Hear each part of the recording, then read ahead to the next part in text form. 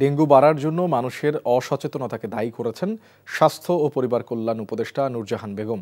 সকালে রাজধানীর মহাখালীতে বাংলাদেশের জনস্বাস্থ্য উন্নয়নে জাতীয় প্রতিষেধক ও সামাজিক চিকিৎসা প্রতিষ্ঠান নিপসমের ৫১তম প্রতিষ্ঠা বার্ষিকী অনুষ্ঠানে তিনি এসব কথা বলেন।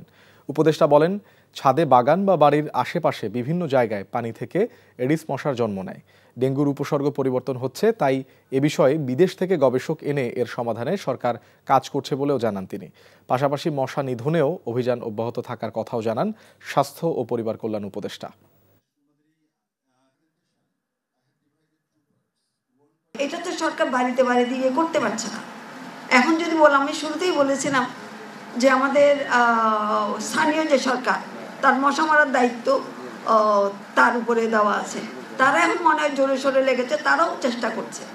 কিন্তু প্রত্যেক বাড়িতে বাড়িতে যেখানে আপনি পানি, আপনার ফ্রিজের পানি জমে আছে, এটা কি স্থানীয় সরকার কিংবা স্বাস্থ্য কেউ কি পরিষ্কার করবে? এটা তো আপনাকে করতে হবে।